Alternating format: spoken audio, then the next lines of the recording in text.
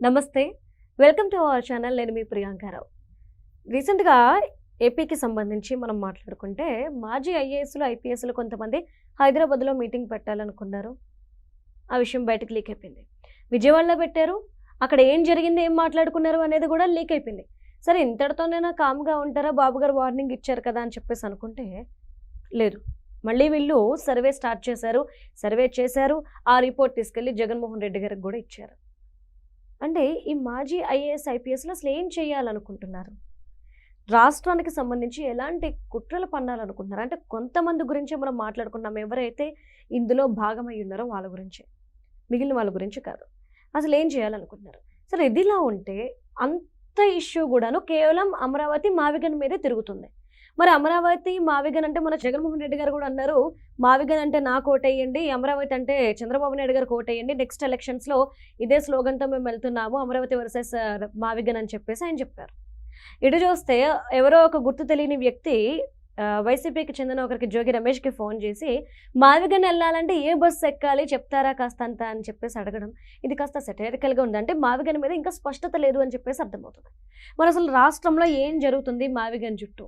దీని మీద డిస్కస్ చేసే ప్రయత్నం చేద్దాం. మనతో పాటు ప్రముఖ పొలిటికల్ అనలిస్ట్ డివి శ్రీనివాస్ గారు ఉన్నారు. ఆయనతో మాట్లాడదాం. నమస్కారం సార్. నమస్తే. ఒక సామాన్య వ్యక్తి అడిగిన ప్రశ్న ఏంటి అంటే మావిగన్ ఎళ్ళాలంటే ఏ బస్సు ఎక్కాలి? నిజానికి ఇది చాలా గుడ్ క్వశ్చన్. ఎందుకంటే మావిగన్ అంటే సరిపోదు. దానికి ఒక దిశానిర్దేశం ఉండాలి. ఇటు కన్స్ట్రక్ట్ అవుతున్న, అయిపోవస్తున్న అమరావతి మీద పడి ఏడుస్తున్నారు. కొంతమంది ఐఏఎస్, ఐపీఎస్లు కూడా కుట్ర పన్నుతున్నారు. జగన్మోహన్ రెడ్డి గారికి అనుకువగా ఉంటూ సర్వేలు చేసి ఆయనకి దిశానిర్దేశం చేస్తున్నారు అని చెప్పేసి కొన్ని వార్తలు కూడా బయటకు వస్తున్నాయి. ఈ ఏపీ రాష్ట్రంలో అమరావతి చుట్టూ అసలు ఏం రాజకీయం నడుస్తుంది? జగన్మోహన్ రెడ్డిని మళ్ళీ ఎలా అధికారంలోకి తీసుకురావాలి, మళ్ళా ఆయన పంచన చేరి మళ్ళీ అవినీతి కుంభకోణాల్లో భాగస్వాములు ఎలా అవ్వాలి. ఇప్పుడు ఈ మాజీ ఐఏఎస్లు, ఐపీఎస్లు ఎవరైతే గతంలో జగన్మోహన్ రెడ్డి హయాంలో ఉన్నత పదవులు అనుభవించారో, అవినీతి కుంభకోణాల్లో నిందితులుగా ఉన్నారో వాళ్ళందరి వరుస భేటీలు. ఇది హైదరాబాద్లో భేటీ, అది కాస్త వెల్లడైంది, ఏదో పేపర్లో వచ్చింది. వచ్చేసరికి ఎక్కడ పెట్టారు మళ్ళీ భేటీ? తాడేపల్లిలో పెట్టారు. అది గబ్బు అయింది. ఇప్పుడు మళ్ళీ హైదరాబాద్లో ఆయన ఎవరో నెల్లూరుకు చెందినటువంటి వైసీపీ ప్రజాప్రతినిధి, లేకపోతే ఒక కాంట్రాక్టర్, ఆయన గెస్ట్ హౌస్లో కలుస్తున్నారు. అక్కడే మొన్న కూడా మనం మాట్లాడుకున్నాం, ఆ మీటింగ్కి తెలంగాణ మేధావి కూడా వెళ్ళాడని. ఎవరా తెలంగాణ మేధావి? ఆయన ఇచ్చిన ప్రపోజలే ఈ మావిగన్ అని అనుకున్నారు గతంలో. ఇప్పుడు ప్రొఫెసర్ నాగేశ్వర్ అన్నారు. నాగేశ్వర్ మావిగన్ను వ్యతిరేకించారు అప్పట్లో. మరి నాగేశ్వర్ మావిగన్ ప్రతిపాదన ఆయన ఎలా చేశారు? ఇప్పుడు మావిగన్ ద్వారా ఇక్కడ చిచ్చు పెట్టాలని, కమ్మ కాపు మధ్య చిచ్చు పెట్టాలని, మచిలీపట్నంలో కాపులు ఎక్కువ కాబట్టి ఏదో రకంగా కాపుల్లో పోయిన పరపతి జగన్మోహన్ రెడ్డి తెచ్చుకునే ప్రయత్నం. అంటే కమ్మ కాపు చీల్చకపోతే నీకు 175 నియోజకవర్గాల్లో ఇక 125 నియోజకవర్గాల్లో వైసీపీ లేదు. అంటే కూటమి 125 నియోజకవర్గాలతో వాళ్ళ అకౌంట్ ఓపెన్ చేస్తే జగన్ రాయలసీమ. అదే ఇప్పుడు ఈ ఐఏఎస్లు, ఐపీఎస్లు మాజీలు ఇచ్చిన సర్వే కూడా సీమలో కొంత పుంజుకున్నాడు జగన్మోహన్ రెడ్డి. కానీ పుంజుకుంటే అది సరిపోదు, ఎట్లాగొట్లా ఇది బ్రేక్ చేయాలి. ఇప్పుడు రేపొద్దున స్థానిక సంస్థల ఎన్నికలు వస్తున్నాయి. నిన్న పవన్ కళ్యాణ్ కూడా మాట్లాడాడు. జనసేన వాళ్ళ ఎమ్మెల్యేలతో, ఎమ్మెల్సీలతో నిన్న పవన్ కళ్యాణ్ మాట్లాడి నవంబర్ లోపే లోకల్ బాడీ ఎలక్షన్స్ వస్తాయి. ఇవాళ జనసేన వీర సైనికులు, లేకపోతే ఆ మహిళలు అందరూ కూడా ఎవరైతే పార్టీ కోసం పనిచేశారో వాళ్ళందరికీ న్యాయం జరగాలంటూ అతను ఇచ్చినటువంటి పిలుపు స్థానిక సంస్థల ఎన్నికల లోపే మహాకుట్ర. అంటే నవంబర్ లోపే మరో మహాకుట్రకి జగన్ తెరదీశాడా? ఇప్పుడు మనం చూసాం, ఏది కాపు టైగర్ అంబటి రాంబాబు అన్నాడు. అంబటి ఇంటి పరామర్శకి వెళ్ళి అక్కడ విధ్వంసం అది ఇది చూపించి, లేకపోతే కాపు యువకుడు లాకప్ డెత్ అన్నారు. అదెవరు? సాయి కృష్ణ. అసలు ఎక్కడ ఎవరు చనిపోయినా ఆ చనిపోయిన వ్యక్తి లేదా చంపబడిన వ్యక్తి వాళ్ళ కులాలు తేవటం, కందుకూరులో కానీ అంటే కమ్మాడు కాపు అన్ని చంపారు అనేది తీసుకొచ్చి చిచ్చు పెట్టే కుట్ర, ఉమ్, లేకపోతే కమ్మాళ్ళు కాపుల్ని కొట్టారు అని చెప్పి అక్కడ గుంటూరు జిల్లా ఉమ్, అక్కడ ఏంటది ఒట్టి చెరుకూరు మండలంలో మళ్ళీ అక్కడ ఏదో ఒక రెచ్చగొట్టే ప్రయత్నం. ఇప్పుడు ఈ లాకప్ డెత్ను కూడా ఏది సాయి కృష్ణ దృశ్యం, ఉమ్, అదే సాయి కృష్ణ గురించి ఇదే సాక్షిలో గతంలో ఏమని రాశారు, పిల్ల సాయి అని రాశారు, ఉమ్, రౌడీ షీటర్ అని రాశారు. ఇప్పుడు ఏమని రాస్తున్నారు, కాపు యువకుడు, గిగ్ వర్కరు, గాదే సాయి కృష్ణ అని రాస్తున్నారు. అంటే కాపు కమ్మ ఈ బాండింగ్ని బ్రేక్ చేయకపోతే ఇక జగన్కి భవిష్యత్తు లేదు అని ఉమ్, అంబటికి పరామర్శలకి కాపు నాయకులను పంపాడు. లేదు త్రిమూర్తుల ఆధ్వర్యంలో మీటింగ్స్, ఉమ్, వైసీపీ కాపు నాయకులందరూ మనం అప్పుడు మాట్లాడుకున్నాం. ఏంటది, ఈ గుడివాడ అమర్నాథ్ లేకపోతే కురసాల కన్నబాబు, అంబటి రాంబాబు వీళ్ళందరినీ పేరుని నాని అక్కడ మీటింగ్లు పెట్టించడం. అవును, మళ్ళా రేపొద్దున విశాఖలో మీటింగ్ అవును. అన్నారు, ఇంకో చోట మీటింగ్ అన్నారు. సరే మొత్తానికి సాయి కృష్ణ కుటుంబానికి మాత్రం న్యాయం చేయలేదు. కొంత డబ్బులు ఇచ్చినట్టున్నారు.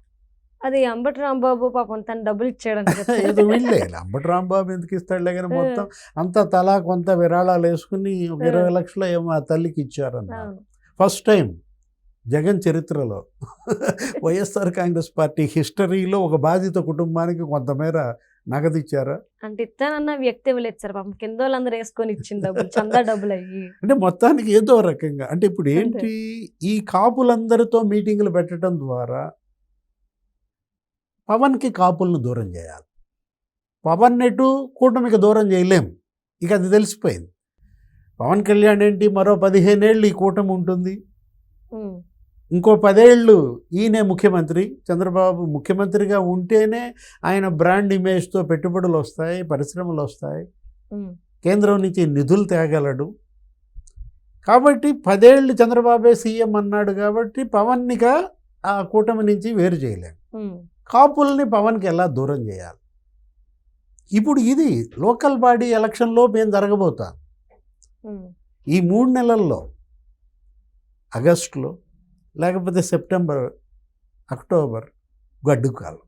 అంటే లోకల్ బాడీ ఎలక్షన్స్లో ఇక కాపులు లేకపోతే వైసీపీ ఎన్ని కుట్రలకి అతను కాపులు రెచ్చగొట్టడానికి ప్రణాళిక సిద్ధం చేస్తున్నాడు. ఇప్పుడు వీళ్ళు మీరు చెప్పిన మాజీ ఐఏఎస్లు ఐపీఎస్లు వాళ్ళ సర్వే ఏంటి, వాళ్ళు చేసిన సర్వే ఉమ్, సీమల్లో జగన్కి బలం పెరిగిందా, ఎవరన్నా నమ్ముతారా?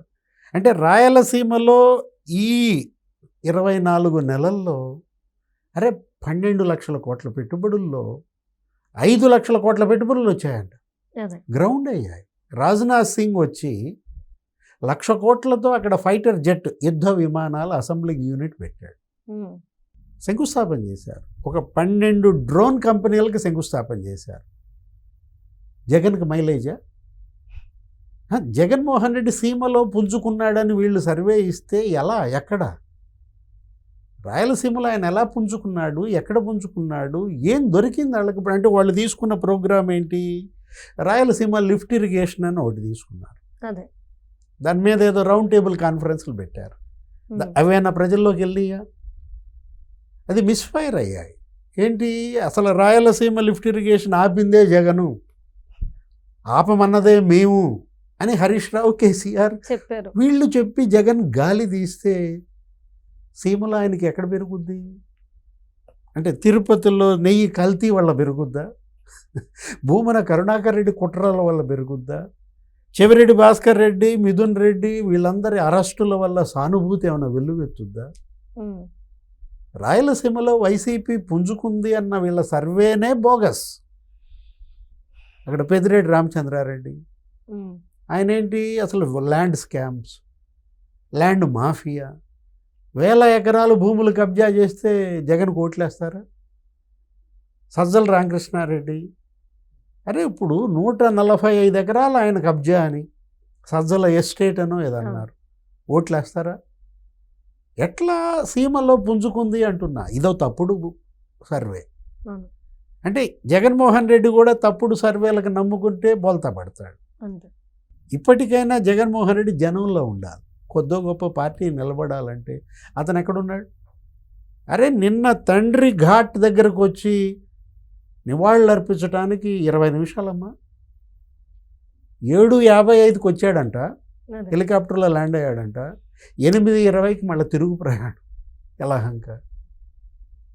ఓట్లు వేస్తారా సీమ ప్రజలు? Right. Thank you so much.